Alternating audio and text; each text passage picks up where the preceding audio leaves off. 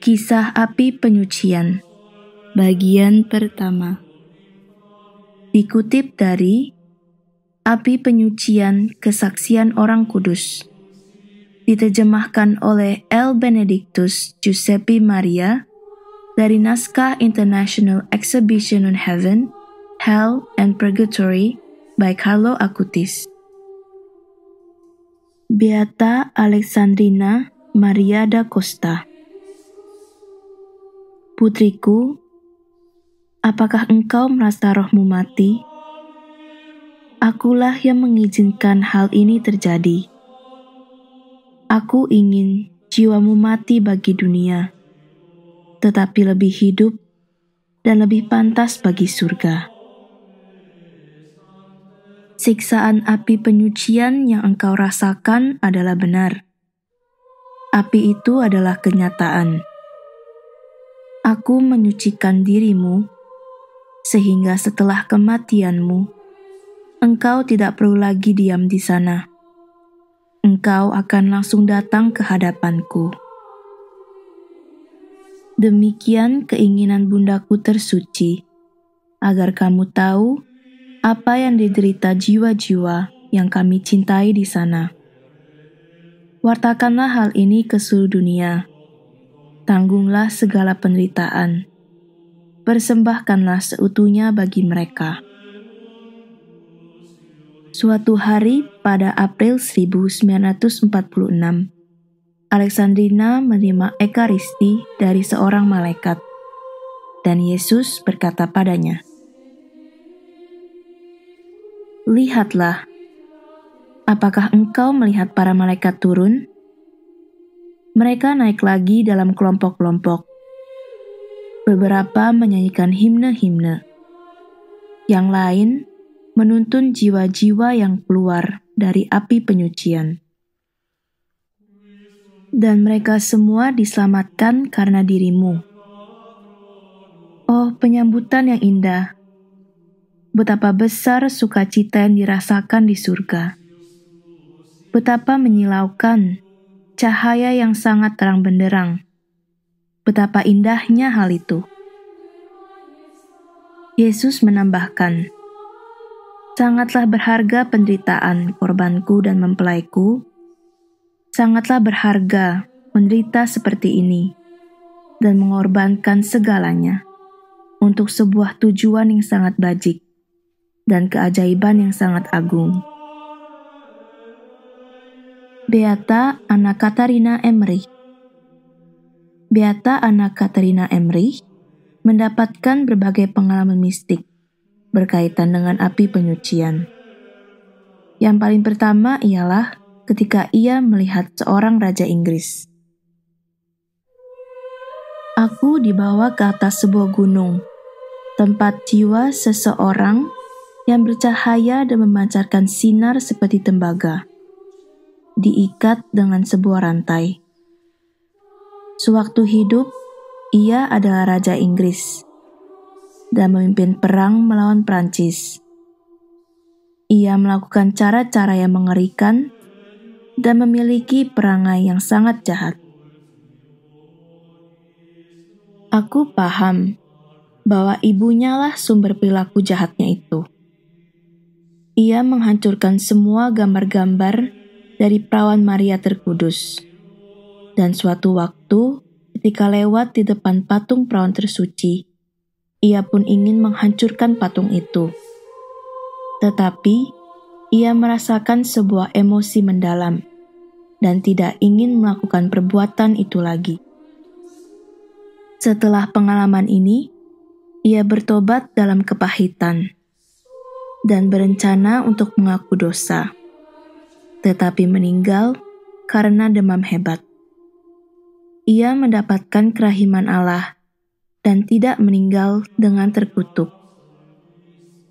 Ia berkata padaku bahwa ia dapat ditolong, terutama melalui perayaan Misa Kudus, sehingga ia akan mendapatkan pembebasan yang demikian lama ia rindukan sebelum waktu semestinya. Pengalaman kedua dari Beata Anna Katarina Emmerich terjadi demikian. Semalam aku berdoa banyak bagi jiwa-jiwa malang, dan aku melihat banyak hal yang menakjubkan, dan kerahiman Tuhan yang tak terperikan. Pada saat itu, dinyatakan jelas padaku betapa kebaikan dan kejahatan dapat diturunkan dari luhur pada anak-anak mereka, dan bagaimana tindakan mereka dan kehendak mereka dapat menjadi sumber keselamatan atau penghukuman. Aku melihat pertolongan bagi jiwa-jiwa itu datang dari kekayaan gereja dan dari anggota-anggotanya. Banyak imam menderita di sana. Mereka adalah imam yang selama hidupnya merasa bahwa mereka sudah bisa mendapatkan sebuah tempat kecil di surga, hanya karena mereka layak membagikan komuni dan merayakan misa kudus. Segala kelambanan mereka ketika hidup diubah menjadi derita dalam jiwa mereka. Ketenangan mereka menjadi ketidaksabaran. Kelalaian mereka menjadi halangan. Semua hukuman ini adalah akibat dari kejahatan mereka. Di api penyucian, aku pun melihat terutama keadaan anak-anak yang dibunuh sebelum dan begitu mereka lahir.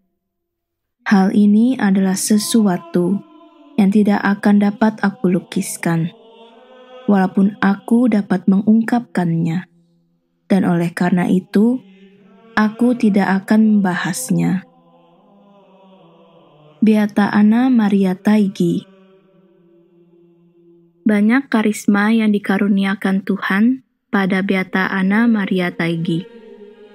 Ia melihat di hadapannya sebuah matahari terang yang menunjukkan padanya keadaan jiwa-jiwa dan kejadian-kejadian yang terjadi di dunia. Suatu hari, ia melihat jiwa seorang imam yang meninggal, yang telah menerima keselamatan karena selama hidupnya ia telah menanggung dengan sabar seorang pengemis yang mengganggunya dengan meminta-minta setiap hari. Ia juga melihat jiwa imam lain yang sewaktu hidup dihormati oleh banyak orang karena khotbah-khotbahnya dan semangatnya, namun masuk ke api penyucian untuk menanggung banyak hukuman. Alasannya karena ia mencari kejayaan untuk dirinya sendiri daripada kemuliaan Tuhan. Beata Taigi juga pernah mengetahui nasib seorang bangsawan yang menjalankan kehidupan yang penuh dosa dan tidak teratur, tetapi diselamatkan karena ia telah memaafkan salah satu musuhnya. Namun ia harus menjalani penghukuman di api penyucian dalam jangka waktu yang sama dengan waktu yang ia habiskan dalam kenikmatan duniawi semasa hidup. Juga seorang awam yang dihormati karena keutamaan yang dipercayai publik sebagai miliknya, menjalankan siksa di api penyucian karena menyanjung orang-orang yang berkuasa dan berpengaruh secara berlebihan. Santa Anna Schäfer. Santa Anna Schäfer mendapatkan banyak penampakan dari jiwa-jiwa di api penyucian. Beberapa di antaranya sebagai berikut. Aku mendapatkan mimpi yang berkaitan dengan jiwa-jiwa malang itu.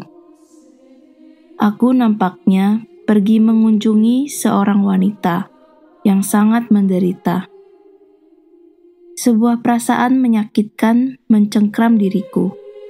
Namun demikian, tanpa ragu, aku membuka pintu dan berseru, "Semoga Yesusku berbelas kasihan pada kalian semua." Pengalaman selanjutnya datang dari seorang gadis yang meminta Santa Anna untuk berdoa baginya, karena tidak ada seorang pun yang berdoa baginya. Santa Ana berkata, "Tenanglah, aku akan berdoa dengan tulus untukmu." Gadis itu menjawab, "Santa pelindungku sudah menubuatkan hal ini padaku.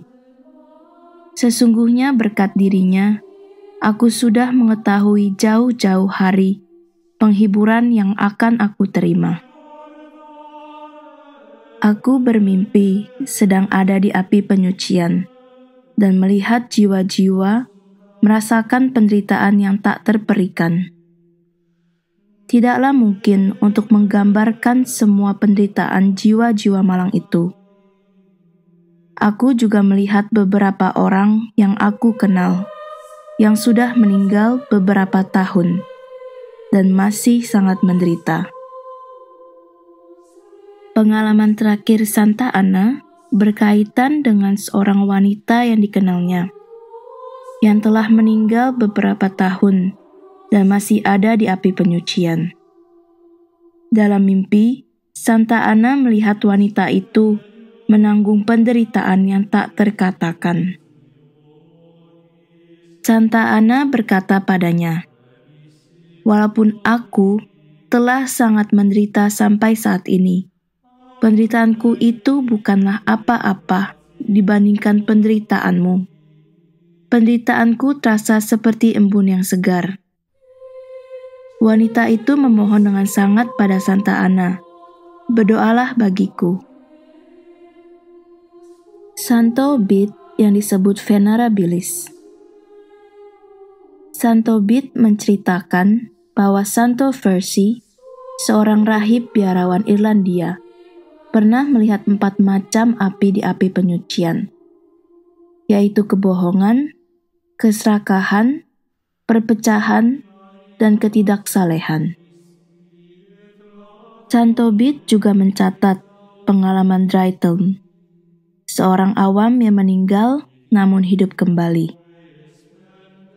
Selama masa tersebut, Draitel melihat sebuah jurang besar, dikelilingi api di sebelah kiri, dan badai es salju di sebelah kanan. Itu adalah tempat jiwa-jiwa penjahat diperiksa dan dihukum, karena hanya bertobat ketika di ujung maut. Pertolongan bagi mereka hanya bisa didapatkan melalui doa-doa, sedekah, puasa, dan perayaan misa kudus dari mereka yang masih hidup. Doa untuk jiwa-jiwa di api penyucian. Diterjemahkan dari Trakolta 1957, nomor 596, yang telah mendapatkan imprimatur dari Francis Cardinal Spellman, Archbishop of New York, pada tanggal 30 Mei 1951. Doa ini bernilai indulgensi 500 hari. Yesusku, karena kepedihan yang Engkau derita dalam sengsaramu di Taman Zaitun, dalam pencambukanmu, dan pemahkotaan duri, dalam perjalanan menuju Kalvari, dalam penyalipan dan wafatmu, kasihanilah jiwa-jiwa di api penyucian, dan terutama mereka yang paling terlupakan. Selamatkanlah mereka dari penyiksaan yang mengerikan. Panggillah dan izinkanlah mereka masuk ke dalam pelukanmu yang termanis di surga. Pater noster qui es in celis, sanctificetur nomen tuum, adveniat regnum tuum, fiat voluntas tua, sicut in cielo et in terra. Panem nostrum quotidianum da nobis hodie, et dimite nobis debita nostra, sicut et nos dimitimus debitoribus nostris, et ne nos inducas in tentationem, sed libera nos a malo. Amen. Ave Maria, gratia plena, Dominus tecum, benedicta tu in mulieribus, et benedictus fructus ventris tui, Iesus. Santa Maria Mater Dei, ora pro nobis peccatoribus, nunc et in hora mortis nostrae. Amen. Requiem aeternam dona eis Domine, et lux perpetua luceat eis. Requiescan in pace. Amen. Tuhan, berikanlah mereka istirahat yang kekal, dan sinarilah mereka dengan cahaya abadi. Semoga semua orang yang telah meninggal beristirahat dalam damai. Amin.